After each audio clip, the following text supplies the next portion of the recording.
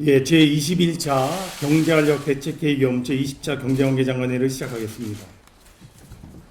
오늘 아침 7월 고용 동향이 발표되었습니다. 7월 취업자 수는 지난해 1월 이후에 18개월 만에 최대폭인 29만 9천 명으로 증가하면서 증가폭이 30만 명대 수준에 육박하게 되었습니다. 전반적인 고용 상황을 보여주는 고용률도 개선세를 보이는 등 고용시장은 회복 흐름을 지속하고 있는 것으로 판단이 됩니다. 최근 고용회복세는 서비스업이 견인하고 있는 모습입니다.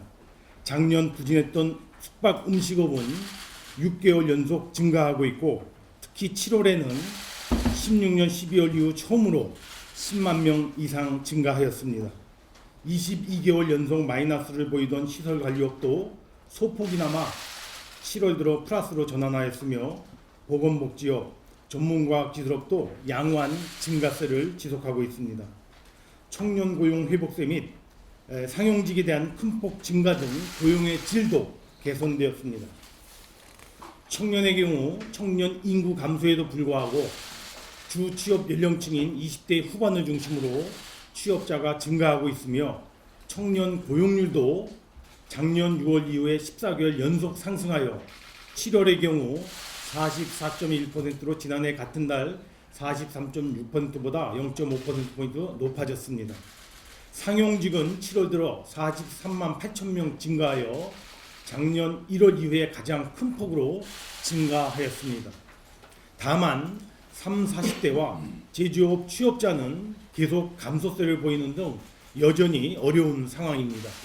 7월달 30, 40대 인구가 24만 8천만 명, 24만 8천 명 감소하는 등 인구 영향도 일부 작용했고, 30대의 경우에 고용률이 2개월 연속 증가하였으나 수출 감소세 지속 등으로 제조업의 고용 회복이 상당히 제약되는 모습입니다.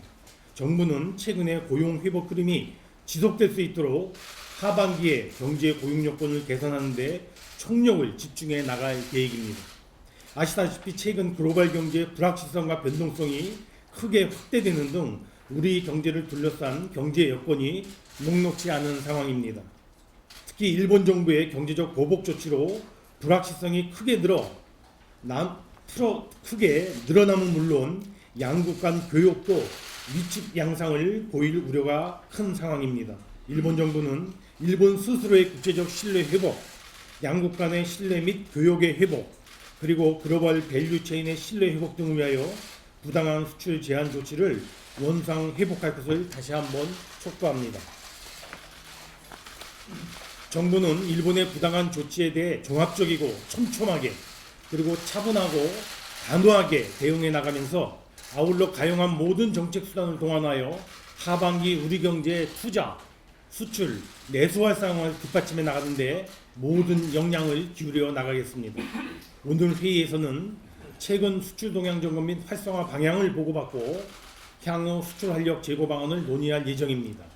아울러 건설 시장의 활성화를 위한 건설 산업 활력 제고 방안과 소재 부품 장비 기술 자립 지원을 강화하기 위한 중소기업의 R&D 지원 체계 핵심 방안을 상정하여 논의합니다. 첫 번째 안건은 최근 수출 동향 점검 및 활성화 방향입니다.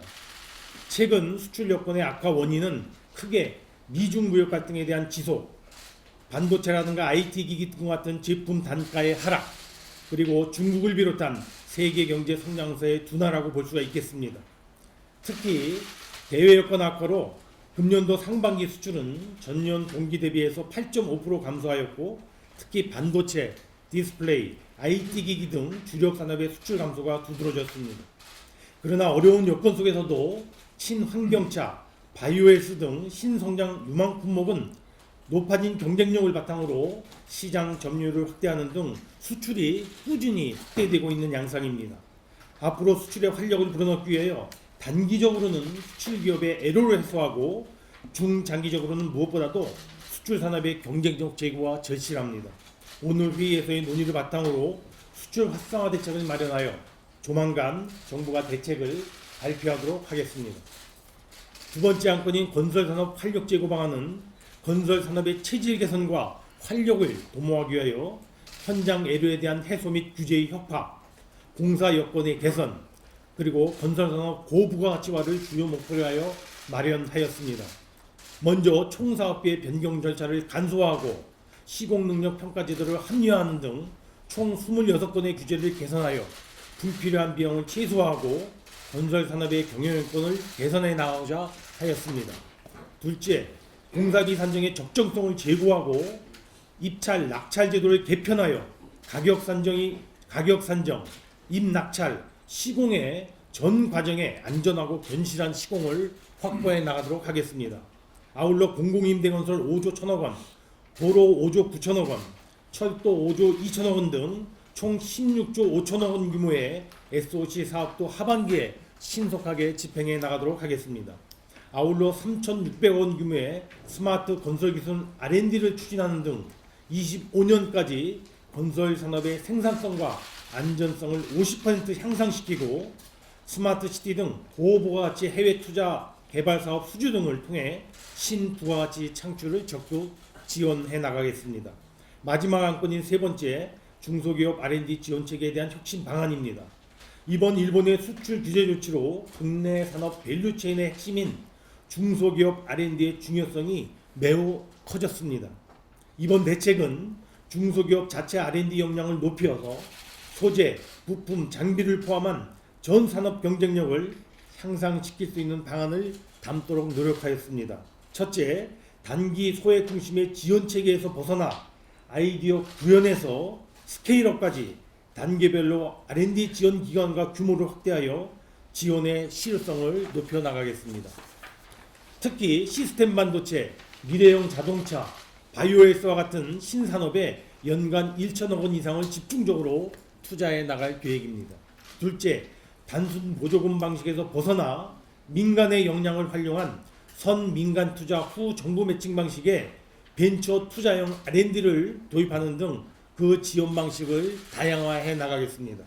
마지막으로 세 번째, 중소기업이 대학, 출연연구소에 기술 개발을 위탁하는 방식의 R&D를 활성화시키는 등 산학 연간의 연계와 협력도 각별히 강화해 나가도록 하겠습니다.